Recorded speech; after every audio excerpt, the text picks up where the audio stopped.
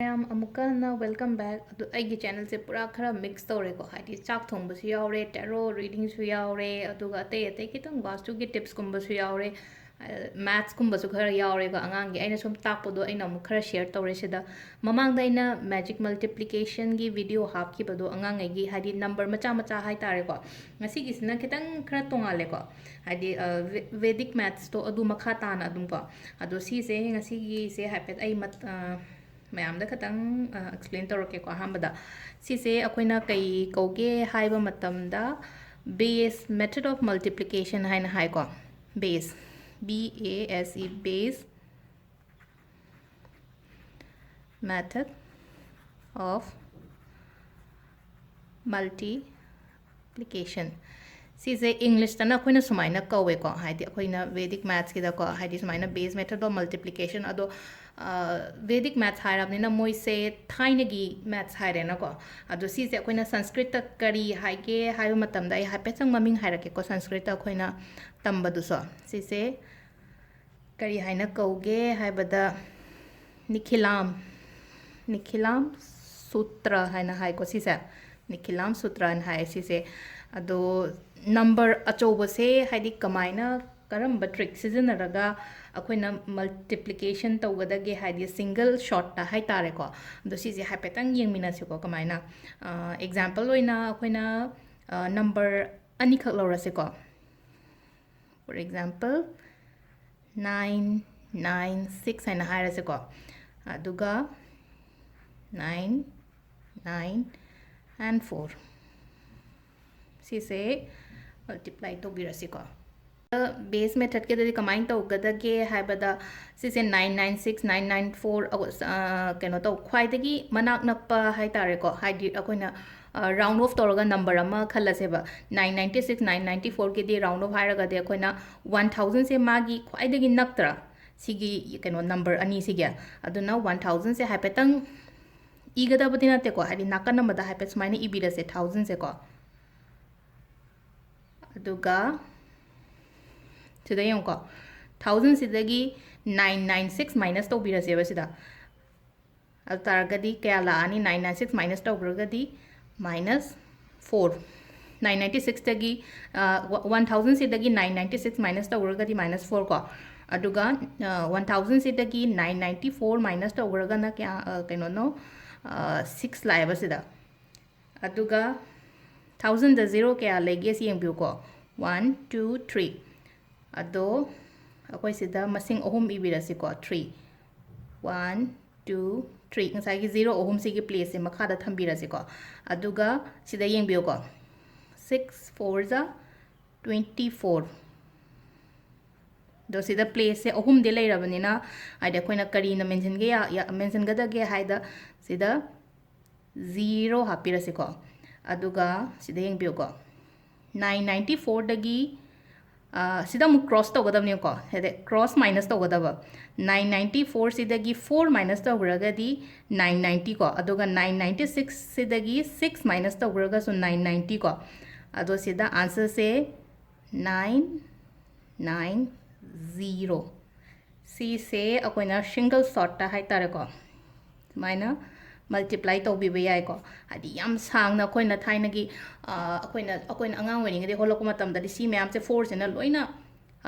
masing ohum sida tawani aduga 9 sina ohum sida loi tawni amuko su 9 sina ohum duga amu sida la aga plus tawraga kholaga taw ma'am do adu loi thadu oga akoina ngasa hai je base method ta hai tare ko sigi trick se adi 996 oiraga na 1000 lobi ra se aduga suppose some number macha oiraga na hai tare number digit ani khatang oiraga na 100 kumba lobi ba hai tare ko suppose 96 ki keno sida mahut sida 92 98 adumaina la aga su ko smai toroga hot pe ko sigi answer se akoina khoi ge normal multiplication to matam da su step man dum tarakani ko sisi yeng biu ga ai mathang number macha ma song share toroke aduga chap manana amuk haidi digit ani gi amuk yeng mina se ko ha petang sina angang da gumba try to hon biu ko haidi samna hairubada 97 multiply by 98 and hybira se ko sida sida hai kan sida mo nga sai gi nearest se ma gi de 1000 ga diam lapna gre do nearest ekhona dum haidi round off tor ga di chama la ani ko sida chama saina leire ko ado chama dagi 100 tagi 97 chakradi minus kya le ani 3 aduga chama se dagi 98 chakradi minus 2 leire ko ado sida haidi magi 0 se ani oibani sida makha da line ani katang chingbire se ko haidi khangna ba gyan ta na ba in aham ba gi sum haiba sida haidi sida masing ani la kadabne haiba do ado sida yengme se ko 2 3 ja 6 lere ko aduga sida 0 thambirani ko ado minus minus te adum har koina plus oina ko ado si leire aduga 97 se dagi minus 2 toroga so 5 leire aduga 98 se dagi minus 3 toroga so 95 ko 95 this is the answer hairase ko yamna line yamna thuna multiply tawbe ya ko sumaina tawra go lema adum multiplication ngai se haidi angang da kai da tambiu ko sigi method se hai tare ko aina tamu bagi aina khatang share tor ko ne ma'am da ai sigi classes macha macha lawe angang apikpagi ko aduna yamna saungna hot tabida sumaina ten tak na dum hot pai tare angka se haidi angka hainadaba mi oi tarago so sigi trick se oiragani angang ngai di haidi yamna pamna hot kani ko ado si masu leire aduga ama su share toroke ko haidi 1000 gi mathak oiragadi kamaina tawgadage haibado mathang da number amaga lobirase ko number ama sina khatang mangi dona haidi koina 1000 gi makha da oina toroga lowina ko ado handak ki sina smaina lobirase ko samna hairabada 1007 naina hairase ko aduga amadana 1003 ko ado round of hairagadi khwaidagi nak pa kaino di 1000 di dum oirani ko sise ataragadi se 1000 se haipet isagi knowledge ki damakta haid io haibana te ko haipetang kokta leina ba sise ado sida 1000 se dagi 7 oibani na ngasai gi duna minus to wonna koina 900 something ta gi baduna ado sida na haidi 1000 sida plus 7 ko ado amuka su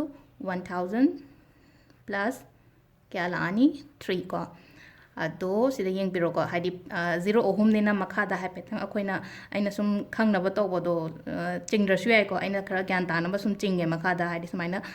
place ohum thamme ko ado 7 337 ja kyano 21 ko 21 sida leire ado ngasai gi si ahang ba jaga se koina hundok pati adam ne na 0 hapsan birase ko aduga 1007 sida 3 plus tawragadi 1010 tare 1003 sida keno 7 plus tawragadi chamana na 1010 tare ko haidi cross tawraga plus tobigadam ni ko sisa ado akhoi gi answer se sida 1010 si se leire ko akhoi gi sigi multiplication se suro amuktang da yam thuna ko haidin koi normal hot paduga matam da haipetang yengune smaina hot pasina thubra na traga akoi gi hana gi adum akoi angang ngai de holak paduna thubra haipetang check tobuyo ko aduga haidi yumda angang leraga di angang ngai da takpiyo sigi ma'am se ko ado comments ta kai da ibiro sigi sugumba video se kana de haibado ko ai makha ta na dum si su dum marak ta khara yanjala semake ko video sing sa Sige, this is Loisha Laziko, ma'am. Thank you.